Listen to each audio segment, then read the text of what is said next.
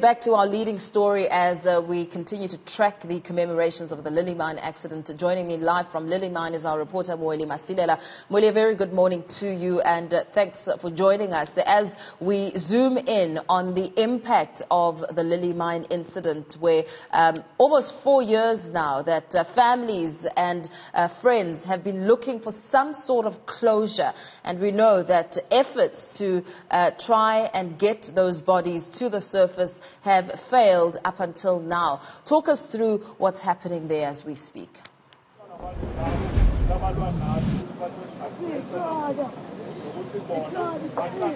Good morning to you and the viewers. Yes, we are coming to you from just the entrance of Lily Mine here.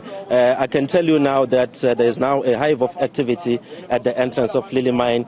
We can see Harry, who is speaking on behalf of the families of the trapped miners and also the former Lily Mine workers.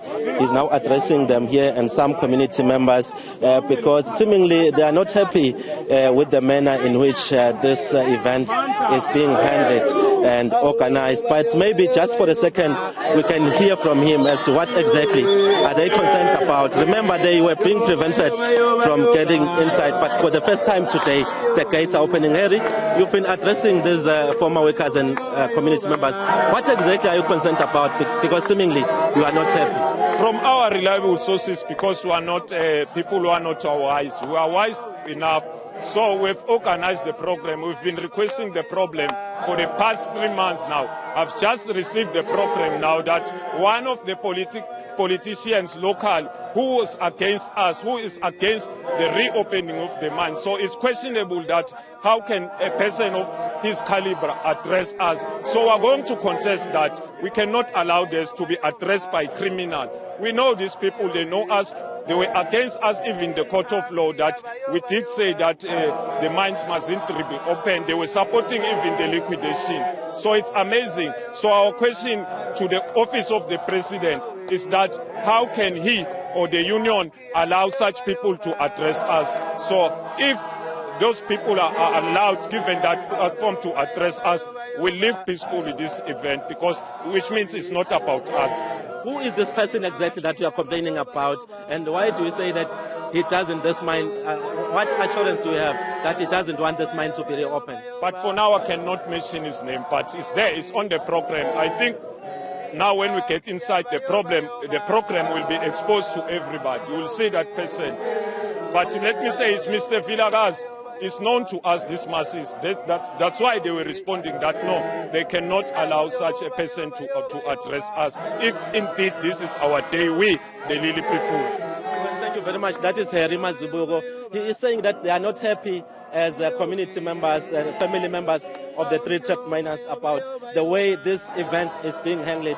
He's saying that there is one politician that is on the program, and from their side they believe that this politician doesn't want this mine to reopen, which is something they've always been saying, that they want this mine to be reopened, and also the bodies or the container believed to be with the bodies of Pretty Nkambule, Yvonne Mnisi and Nyerenda to be retrieved from underground. But we'll try as well to get some other community members. As you can see that now the community members are walking into these gates, and cars are being checked, people are being checked if they are on the list of people who are supposed to be inside, who are supposed to be allowed into this mine. Of course, from what I've heard from Harry, they are saying that they won't allow this event to continue if some of the issues are not addressed, especially the issue of some of the speakers on the program. So they are not happy with that. And now, for the first time, some of the former workers are coming into the mine after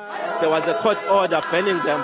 So at least mine management, after meeting with the lawyers representing the former Lily Mine workers, and as well as the business practitioners, business rescue practitioners, they've now agreed that at least for today, these former mine workers and community members can be allowed into this event.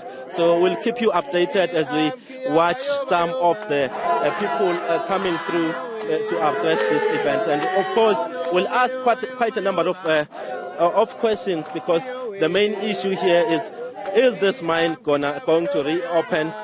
What exactly is government doing we're expecting some officials from the Department of Mineral Resources to address this event. So we'll be throwing in those questions to find out exactly what is it that we can expect from them in terms of a way forward.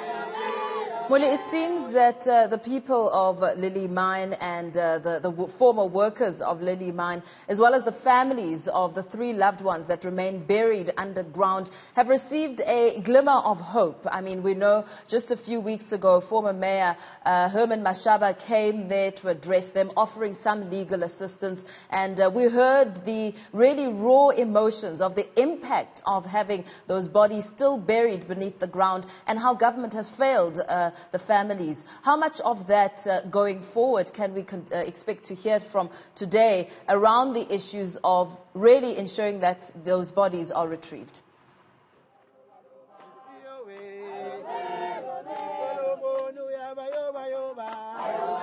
Well, as we are talking about the issue of Herman Mashaba, the former workers made it clear that for the first time they will be assisted legally, and the former Johannesburg Mayor Herman Mashaba made a commitment that he will provide a team of top legal people who will assist these workers, these former mine workers.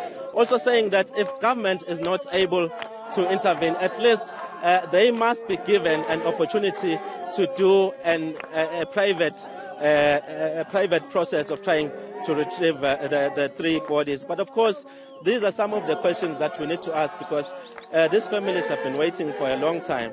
And we'll ask in terms of, because the AMCU president, we know that already when former President Jacob Zuma was in charge, AMCU President Joseph Mathunjwa wrote to the president asking that perhaps the Lily Mine tragedy be declared as a national disaster, and they were hoping that by declaring this tragedy as a national disaster, then it will pave way for some people to try and assist in retrieving the bodies of Pretty Nkambule, Yvonne Mnisi and Solomon Nyerenda.